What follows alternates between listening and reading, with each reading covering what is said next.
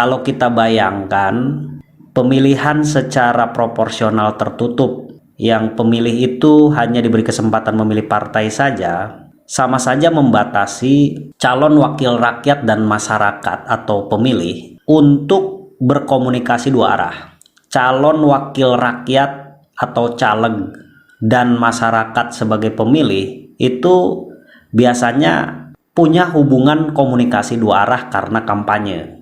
Sebenarnya itu sehat bagi pemilih, dimana kalau kegiatan kampanye itu calon wakil rakyat itu akan membuat tawaran-tawaran program, akan menawarkan program, akan mendengarkan aspirasi atau keinginan atau kebutuhan rakyat sebagai pemilihnya. Dan masyarakat di sini sebagai pemilih punya kebutuhan yang disampaikan kepada calon wakil rakyat yang datang kepada mereka. Terjadi komunikasi dua arah antara penawaran program dengan kebutuhan rakyat, akan menghasilkan persepsi-persepsi publik sebagai pemilih ini ditampung oleh wakil rakyat dan akan menjadi kebijakan publik nanti ketika duduk di parlemen.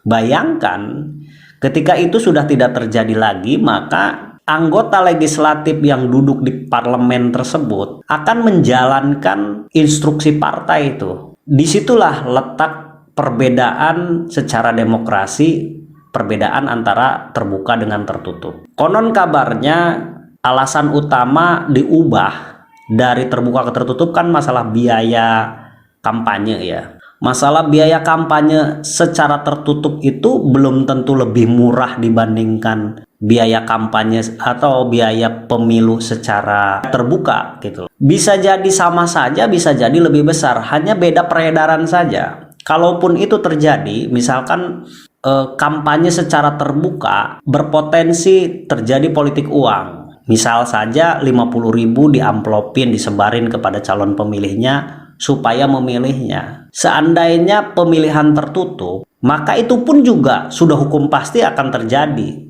Terjadi jual beli jabatan.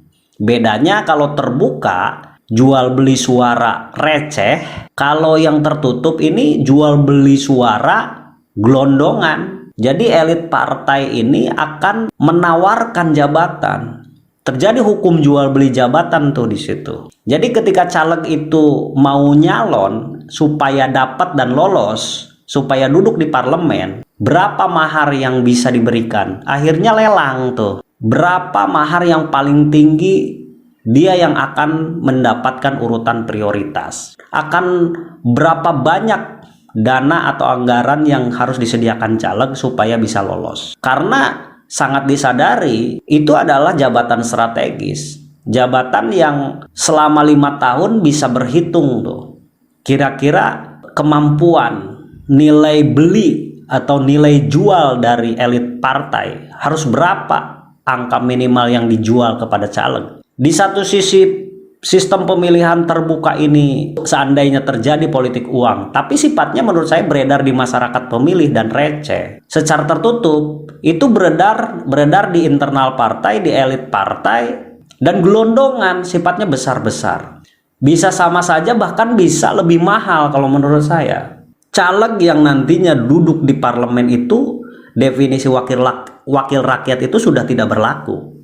Yang berlaku itu adalah wakil partai. Karena kalau wakil rakyat itu ada kebijakan-kebijakan, pemikiran-pemikiran, persepsi-persepsi yang disampaikan mewakili rakyat dapilnya. Tetapi kalau wakil partai kan sesuai dengan instruksi partai. Bagaimana keinginan partai, bagaimana arah partai. Kebijakan-kebijakan tersebut bermain dengan kekuatan-kekuatan suara dari perwakilan partai, kan begitu. Nantinya akan saling membangun kekuatan di parlemen untuk menyampaikan aspirasi partai. DPR sebagai pengawas baik di anggaran maupun aturan termasuk juga legislasi ya, akan terjadi hukum oligarki. Sudah lagi bukan kebijakan publik. Kalau pemilihan secara terbuka itu, rakyat itu kan pemilih diberikan kebebasan seluas-luasnya secara demokrasi untuk memilih calonnya. Praktek di lapangan kan begini, terjadi split ticket voting. Mereka yang memilih caleg tersebut karena kepribadian calegnya, dan itu kadangkala belum tentu memilih partai yang mengusung caleg tersebut. Dan sejauh kemarin 2019 lalu, split ticket voting dari data survei di Pileg ya, itu sampai mencapai 25% sampai 30% tuh. Pemilihan secara terbuka ini menguntungkan banyak pihak karena memang pemilu ini tidak hanya diidentikan sebagai momen politik saja, tetapi ini adalah momen hajat masyarakat, hajat bersama, bukan hanya hajat KPU, tetapi ini juga hajat bagi publik semua di 38 provinsi. Pemilihan secara terbuka ini pun juga bagus buat edukasi politik bagi masyarakat. Riset menunjukkan semakin tinggi tingkat kesadaran politik masyarakat itu semakin bagus ternyata. Semakin sehat. Jadi orang tuh semakin aware. Semakin kesini akan semakin bermain logika di dalam menentukan pilihan politik.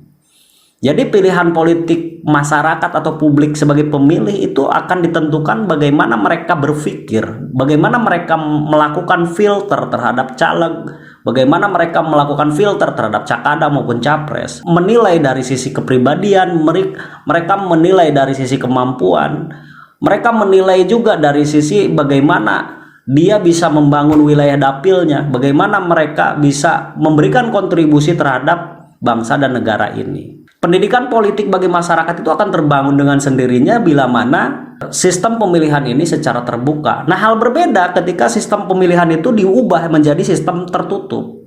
Maka pendidikan politik bagi masyarakat itu nyaris tidak ada, dibatasi. Sudah tidak ada lagi wakil rakyat di situ. Yang jelas itu sudah hukum pasti adalah wakil partai. Bila mana pemilihan secara terbuka ini dirubah menjadi pemilihan secara tertutup, tingkat partisipasi masyarakat di pemilihan pileg, khususnya memilih partai ini jadinya sangat rendah. Menurut saya begitu. Masyarakat pun juga merasa tidak terwakilkan nantinya. Ketika pemilih ini memilih partai, lalu partai menentukan secara internal caleg yang akan duduk di parlemen, maka misalkan partai yang dipilih sama pemilih tersebut tidak cukup mewakili mengusung wakil rakyatnya.